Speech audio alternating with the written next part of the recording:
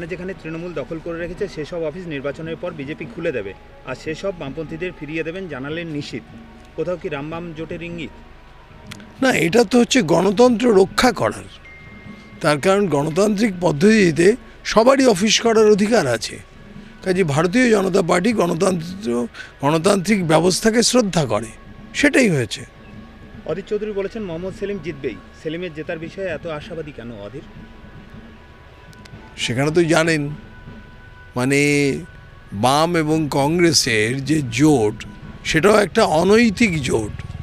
তো সেই জোটে একে অপরকে হাওয়া দিচ্ছে।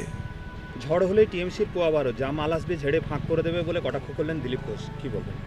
সত্যি কথা তো, যতবার ঝড় যা কিছু দুর্যোগ হয়েছে, এই দুর্যোগ হলেই যে সমস্ত জিনিসপত্র আসে, সেই জিনিসপত্রের 50% বেশি সমস্ত তৃণমূলের নেতাদের বাড়ি চলে যায়।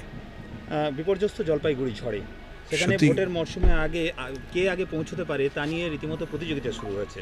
অর্থাৎ আগে পৌঁছানো নিয়ে কি রাজনীতি শুরু হয়ে গেল?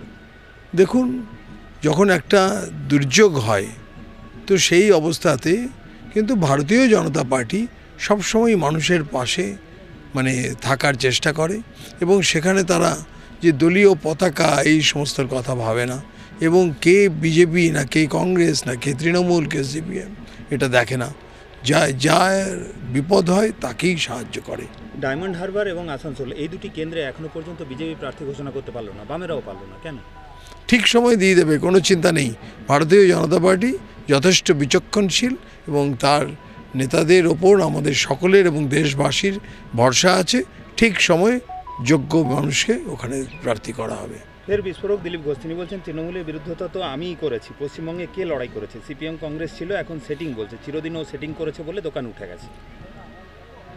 দেখুন, এখানে দিলীপবাবু যে আমি কথা বলেছেন, আমি মানে হচ্ছে ভারতীয় জনতা পার্টি। ভারতীয় জনতা পার্টি লড়াই করেছে, নিশ্চয়ই সত্য কথা বলেছে।